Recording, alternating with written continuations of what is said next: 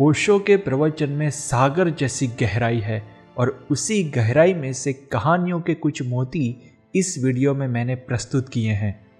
ओशो रजनीश, जिन्हें ओशो के नाम से भी जाना जाता है, वे एक विवादास्पद और प्रभावशाली आध्यात्मिक शिक्षक और गुरु थे। ओशो ने अपने प्रवचन के माध्यम से गहन आध्यात्मिक ज्ञान व्यक्त किया, आत्मखोज को प्रोत्साहित किया और सामाजिक मानदंडों यानी कि सोसाइटल नॉर्म्स को चुनौती दी थी। ओशो कई बार अपने प्रवचन में मज़ेदार कहानियाँ और हल्के फुल्के मुल्ला नसरुद्दीन के चुटकुला कहा करते, जिससे सुनने वाले की दिलचस्पी और भी बढ़ जाती। उनके हर प्रवचन में कहीं ना कहीं कोई कहानी निकल ही आती है जो अक्सर हास्य और गहराई से भरी होती है। उनके प्रवचनों में से ही चुनी हुई कुछ कहानियाँ मैं इस ओशो स्टोरीज सीरीज के पार्ट 1 में सुनाने वाला हूँ। तो चलिए अब पहली कहानी शुरू करते हैं। और फकीर नाचने लगा। एक बार की बात है, एक सूफी फकीर तीर्थ यात्रा पर निकला। उस वक्त रात का समय था और सड़क सुनसान थी। अंधेरे में उसे यह भी नहीं दिख रहा था कि वह कहाँ चल रहा है। अचानक उसका पैर एक खाई में गिर गया। संयोगवश एक पेड़ की शाखा उसके हाथ में आ गई और उसने तुरंत पकड़ ली।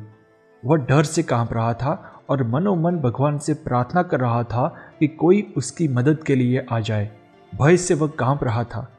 शाखा से उसके हाथ की पकड़ जब धीरे धीरे ढीली होने लगी तब फकीर बचाव के लिए जोर जोर से चिल्लाने लगा, लेकिन कोई उसकी मदद के लिए न आया। जैसे जैसे समय बीतता गया उसका मौत का डर बढ़ता गया, क्योंकि अब उसके हाथ भी अकड़ने लगे थे।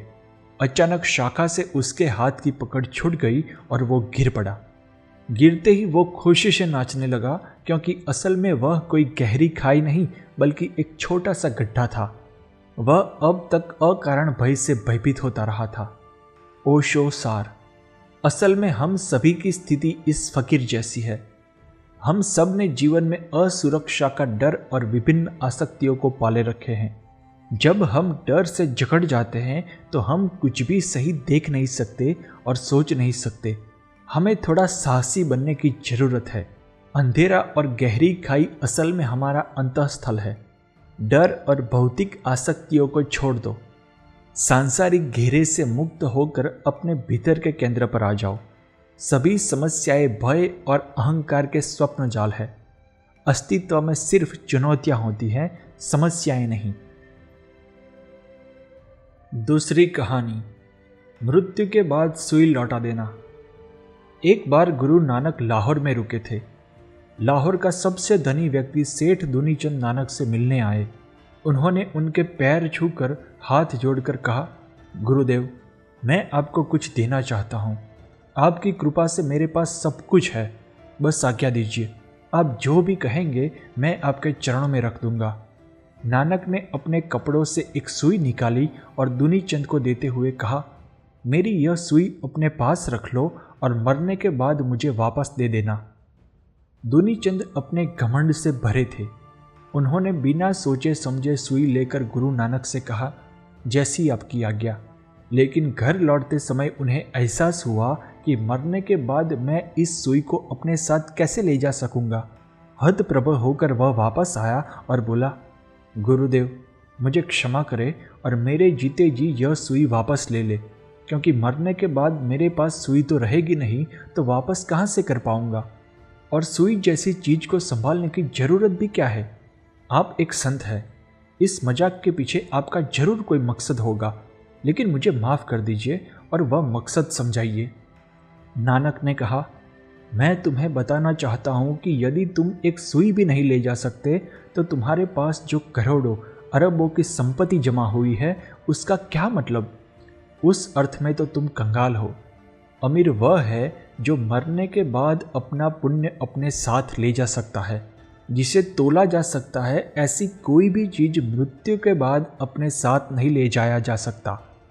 जिस चीज को तोला नहीं जा सकता उस परम तत्व को जो प्राप्त कर लेता है वह मृत्युंजय बन जाता है। ओशो सार। क्या यह धन, पद या रिश्ता आपको परम सत्य तक ले जा सकता है? जी नहीं। इसीलिए भौतिकवादी चीज़ों की आसक्ति का बंधन तोड़ो और अपने अंदर छिपे परम तत्व के साथ रिश्ता जोड़ो। वही आपको भव सागर पार कराएगा और भीतर का मार्ग ही मुक्ति का एकमात्र मार्ग है। तीसरी कहानी, बंद ताले का भेद। एक राजा अपने सबसे बुद्धिमान मंत्रिमंडलों में से एक को मंत्री नियुक्त करना चाहता था।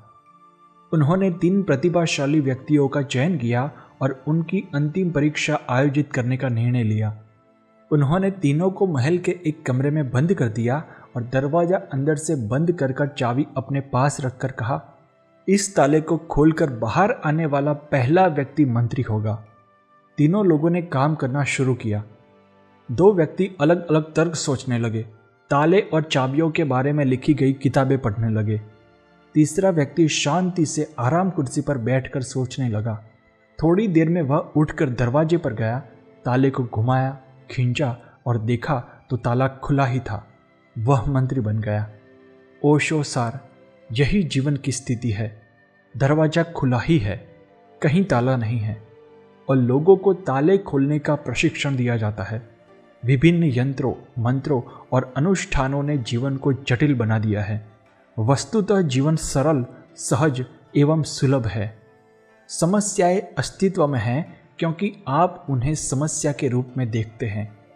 भीतर से जागो और भौतिक बंधनों से मुक्त हो जाओ, सारी समस्याएं दूर हो जाएगी।